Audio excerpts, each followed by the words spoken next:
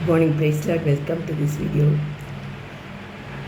எங்களுடைய பாஸ்டர் ஆராதிப்போம் இயேசுராஜனை ராக்காலத்தில் நிற்கும் வீரரே அப்படின்னு சொல்லிட்டு ஒரு சங்கீதம் இருக்கு. அந்த பாடலை ஆராதனையின் போது அடிக்கடி பாடுவார்.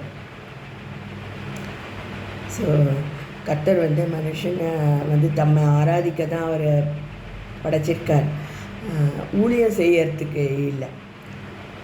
ஸோ ஆராதனை அவருக்கு துதி ஸ்தோத்திரங்களை நம்ம ஏறெடுப்பது தான் அவருடைய விருப்பம். துதிகளின் மத்தியில் அவர் வாசம் செய்கிறார். நம்ம துதிக்க அவர் நம்முடைய எதிரிகளை அவர்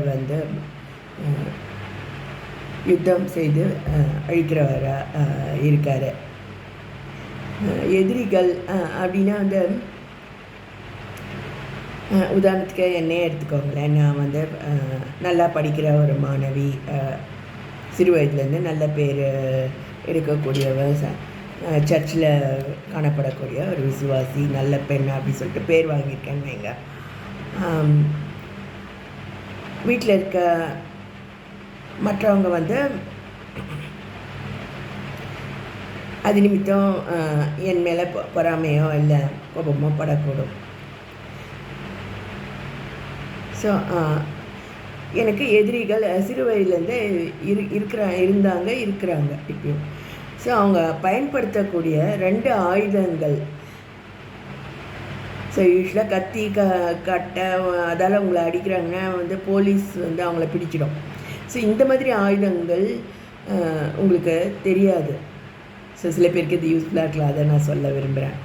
ஒன்று வீண் பேச்சு, சீர்கேடும் கேள்விகள் பேச்சும் அப்படின்னு சொல்லிட்டு பவுல் தீமோத்தேயுக்கு எச்சரிப்பாக எழுதுகிறாரு. அது ஒரு ஆயுதம்.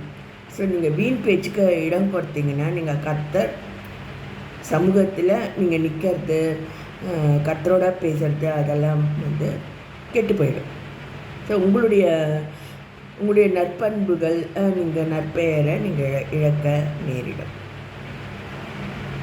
அது ஒரு ஆயுதம். ஸோ வீண் பேச்சு அந்த ஆயுதம் அது அவங்க எதிரிகள் பயன்படுத்தக்கூடியது. 2வது முடிவில்லாத வம்ச வரலாறுகள், அது இன்னொரு ஆயுதம். ஸோ கதை சொல்லிட்டே இருப்பாங்க.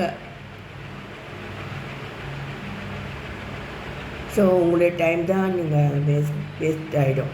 அது உங்களுடைய லைஃபு, அதனுடைய பிளானிங், உங்களுடைய எனர்ஜி அதெல்லாம் நீங்கள் இழக்க நேரிடும். ஸோ இந்த மாதிரி நான் இழந்து அனுபவப்பட்டவ.